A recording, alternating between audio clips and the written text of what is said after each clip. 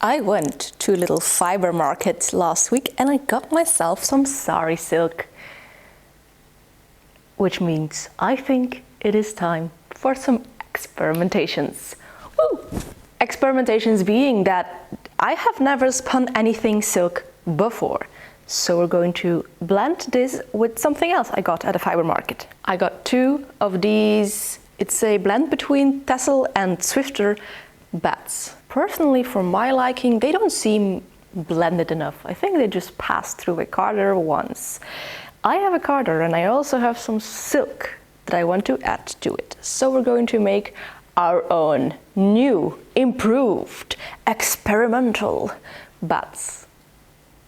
They were an absolute steal, by the way, those bats. That's €4 per bat for this quite decent sized. Let's start with a layer of the wool.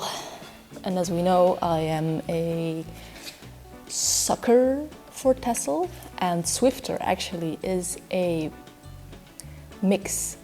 Well, the breed itself was crossbred between Texel and Flemish sheep. This is everything that I love, of course. And let's squish in some of the silk.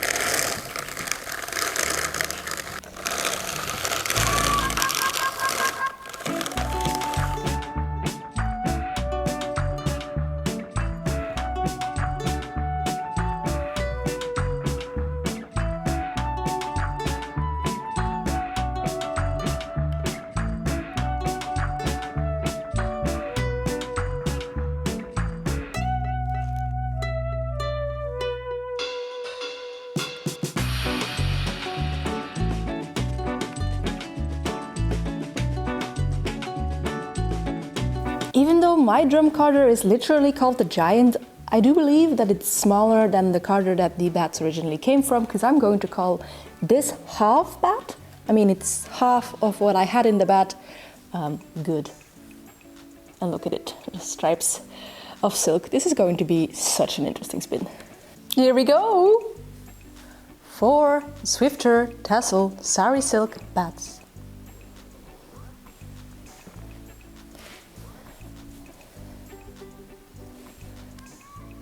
And I know there might be some of you that say, "Oh, Jente, what did you do?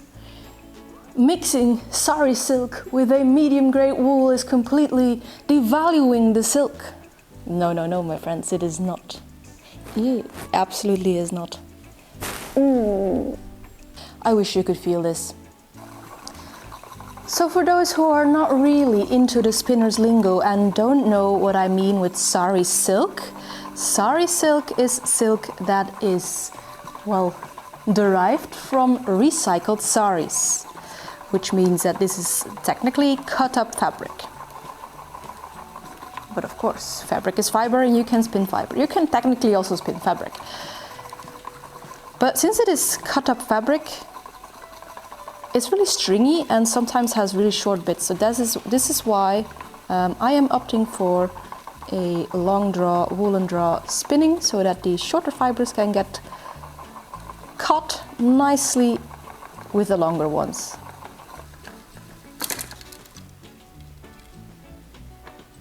To hell, madam, what are you doing?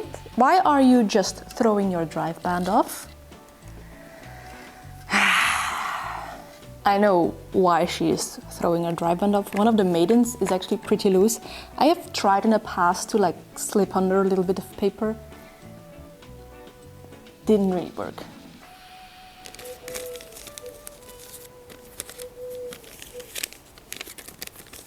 I got a lot sweaty in the studio, so I'm going to the great outdoors to cool off a little bit.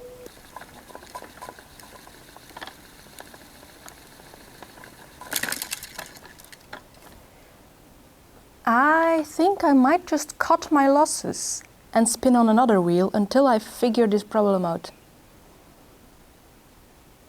It's driving me literally insane.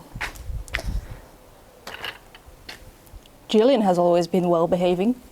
So if there are any wheel mechanics in the audience, how can I fix Christine in a way that the maiden will not turn on its own when I'm spinning, but also is not completely stationary all of the time. And the gab I'm working with is apparently thinner than a piece of paper. Let me know in the comments if you have a solution for me. I would be eternally grateful. But for now, it'll be a different wheel.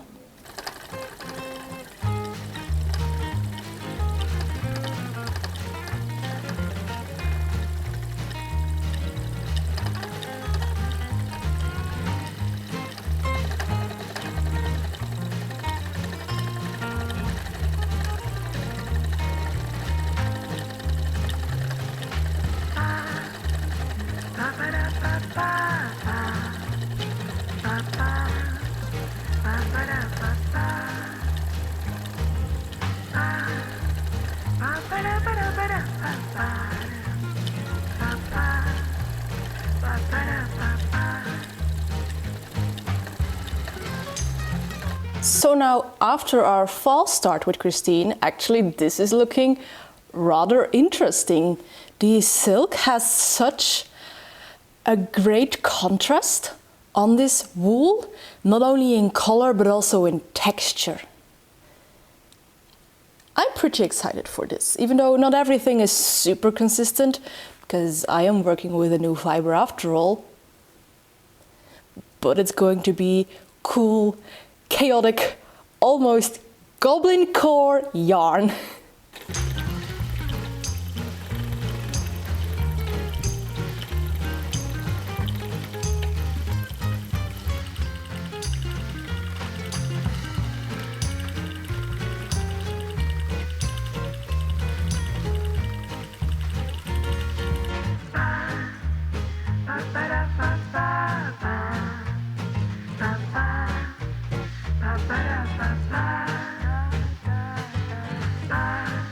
In a previous video I have called 2024 my unhinged year, wherein I was going to take on new and exciting craft challenges with joy and confidence rather than self-doubt and uncertainty. You could also say that 2024 is thus my year of learning. I have tackled new fibers like linen, yak and new sheep breeds, and of course now silk and also new tools. But next to the on-screen learning that you see me do, I also try to better myself in other skills and competences regularly. And this is where today's sponsor comes in really handy, for this video is sponsored by Skillshare. Skillshare is the largest online learning community for creatives with thousands of classes led by industry experts, from Fiber Arts 101. And yes, if you are wondering, spinning on a wheel, just like I'm doing now, is a class you can take, to illustration and design, to productivity and creative inspiration classes.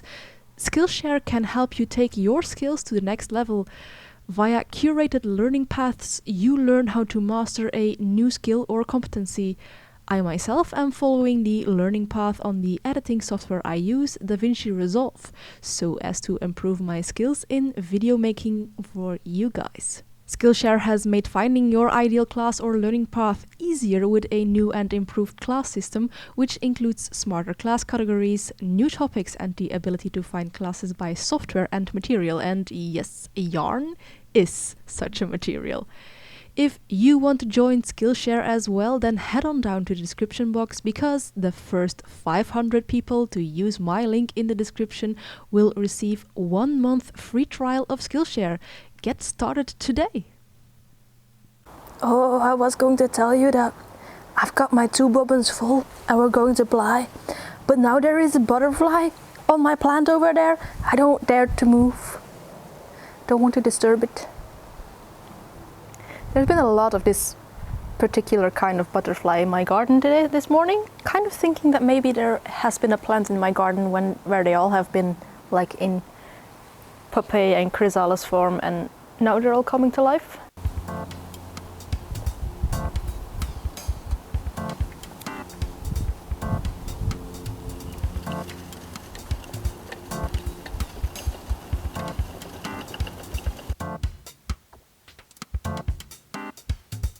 Well, I just lost tremendously at bobbin chicken. Let's take this one off and then ply the rest. Oh, the sun is shining directly into my eye. Ooh. I also had a feeling during plying that I couldn't get the tension quite right. Yeah, you see, it's twisting back upon itself. It's over twisted somehow. I'm going to see what it says afterwards. Maybe if it's like really over twisted, I might just ply it back again on itself and then have a cabled yarn. Might look interesting, you know? We'll see. Always here to try new things and learn from them. Oh, yeah, that is a very energized yarn.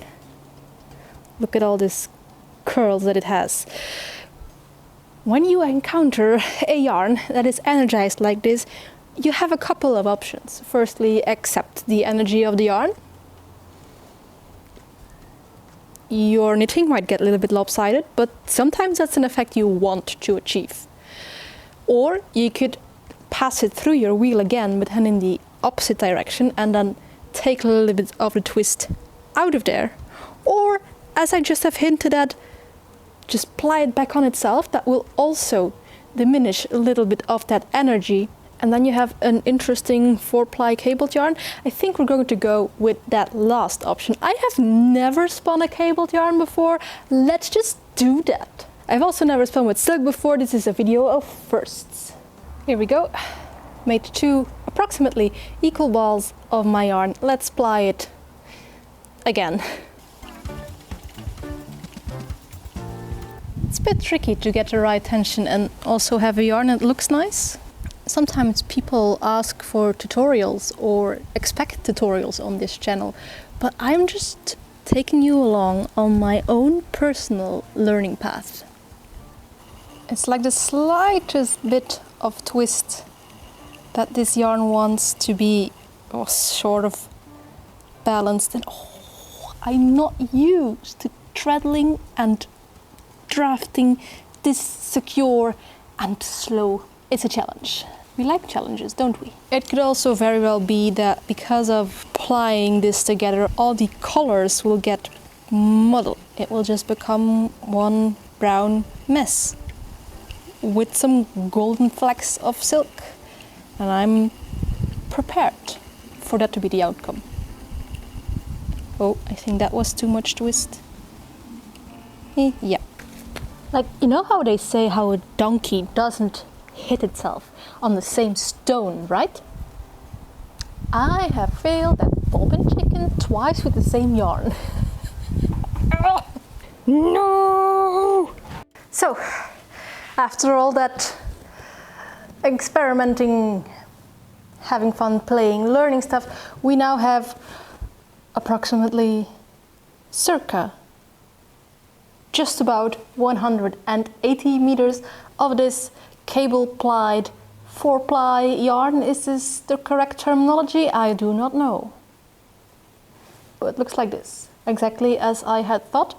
It's kind of a brown yarn, but then with some speckles of, you know, the silk and then the red and black that were in the bat. If I have enough, I think this would make a really interesting vest. What do you think? Let's look at some more detailed shots of this yarn so you can gauge whether or not my cable-plied yarn looks like it should look like. And then we'll wrap this whole thing up, right?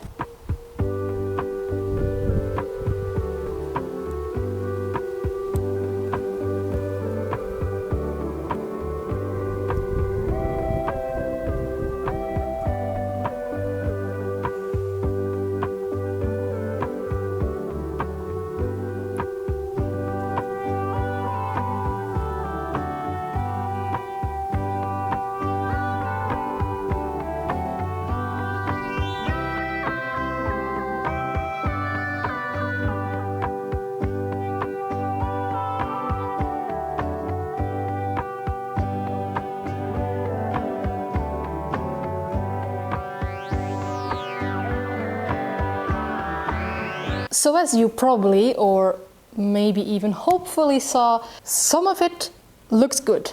Looks like a cable ply.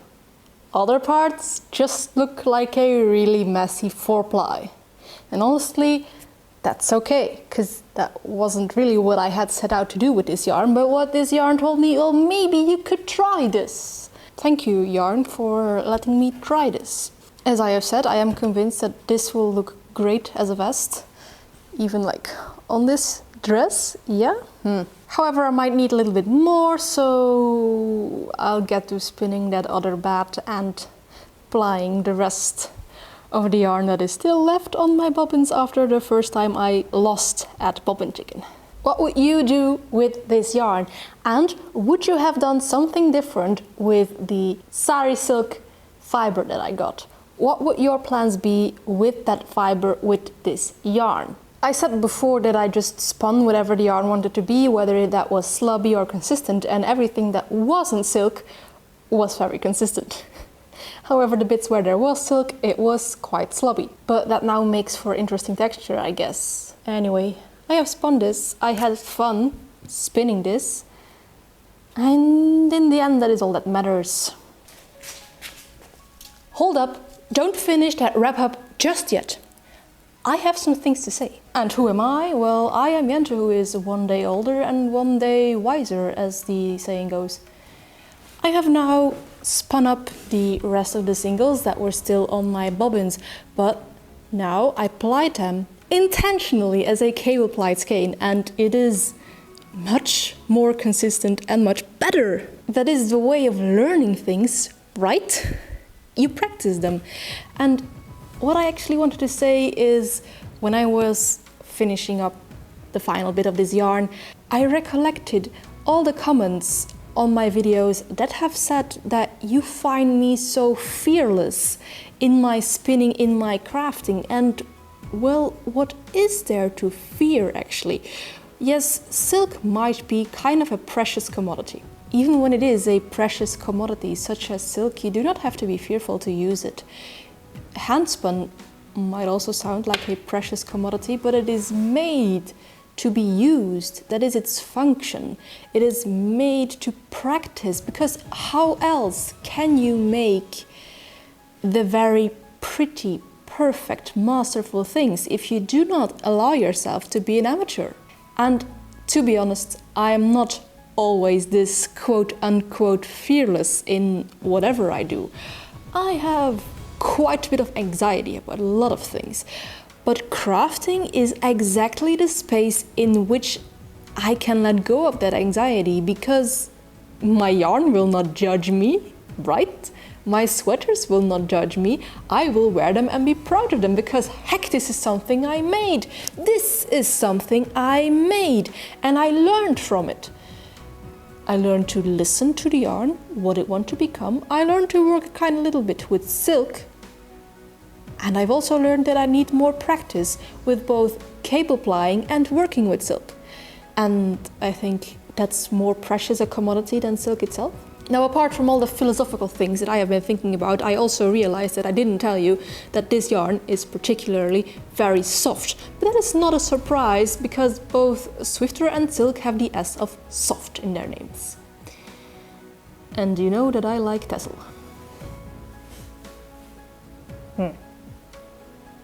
I hadn't done this. The outcome is not what I had expected, but I learned so much from the process, and I think it'll even learn me more when I start knitting with it. So maybe stay tuned for that. And now, yesterday, Jente, you can finish your wrap up. And then for the rest, well, if you like this kind of fiber shenanigans, then maybe you could like, comment or subscribe, but of course that is all up to you. And as for me, I will see you in a next video. But before we do that, maybe you could look at some more spinning shenanigans. Bye!